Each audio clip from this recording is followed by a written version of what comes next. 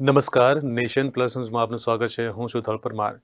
સાંતલપુર તાલુકાના વેવા ગ્રામ પંચાયતના અહેવાલ ગામ ખાતે સોલાર પ્લાન્ટનો પંચાયતનો વેરો ભરવામાં નહીં આવતા તેને સીલ મારવામાં આવ્યું હતું.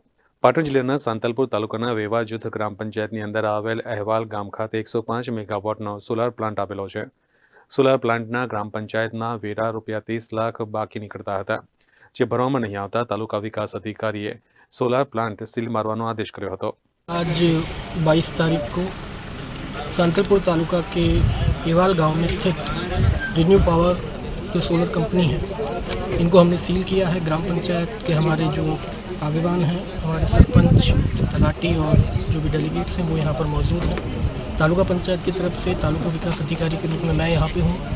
इनको हमने बहुत बार जो नोटिस दी थी, जिसके बारे में हमारे तलाटी ने आपको बताया.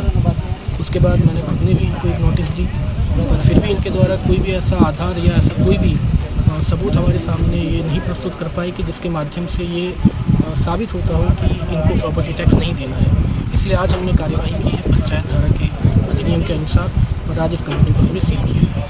ઉલ્લેખનીય છે કે પંચાયત દ્વારા કંપનીને તેમજ માલિકોને વારંવાર અનેક નોટિસો આપવામાં આવી હતી, છતાં કંપની માલિકો દ્વારા ગ્રામ પંચાયતનો વેરો ભરવા તૈયાર ના હોય તાલુકા વિકાસ અધિકારી દ્વારા સોલાર પ્લાન્ટ સીલ કરવામાં આવ્યો હતો.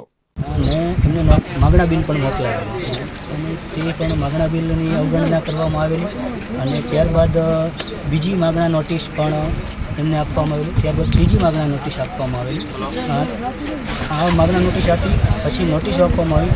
ત્યારબાદ માર્ચ મહિનાની અંદર 16 માર્ચના એમને કહેવામાં આવ્યું કે ભાઈ તમારે જો વેરો ભરવાનો ના હોય તો એના માટેના કોઈ કાગળિયા કે કોઈ સરકાર સાથેનો કરાર રિન્યુએબલ એનર્જી છે તો ન ભરવા થતો હોય તો એને સરકારનો કરાર કે ઇન્ડિયન સોલાર પોલિસીમાં કોઈ નિયમ હોય તો તમે અમને તાત્કાલિક જણાવો.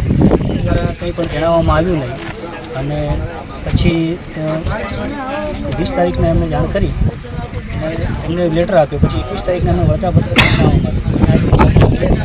સવારે 1:38નો સમય આપવામાં આવ્યો હતો, પરંતુ 1:30થી 22 તારીખ 3/2024ના રોજ જપ્તીની કાર્યવાહી શરૂ કરવામાં આવી અને 22/3/2024 અને 3 PM સાંજે જપ્તીની કાર્યવાહી સંપૂર્ણ પૂરી કરવામાં આવી છે.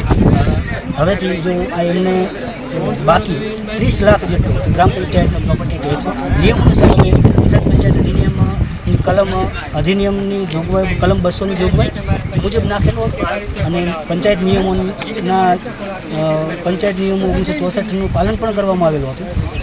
ત્યારબાદ એમને ભર્યો ન હોવાથી ગુજરાત પંચાયત અધિનિયમની 1993ની કલમ 215 મુજબ જુદા જુદા પગલાં લઈ છેવટે ગુજરાત પંચાયત અધિનિયમ 1993ની કલમ 215ની સબક્લોઝ 5 મુજબ જપ્તીની કાર્યવાહી પૂર્ણ કરવામાં આવી છે.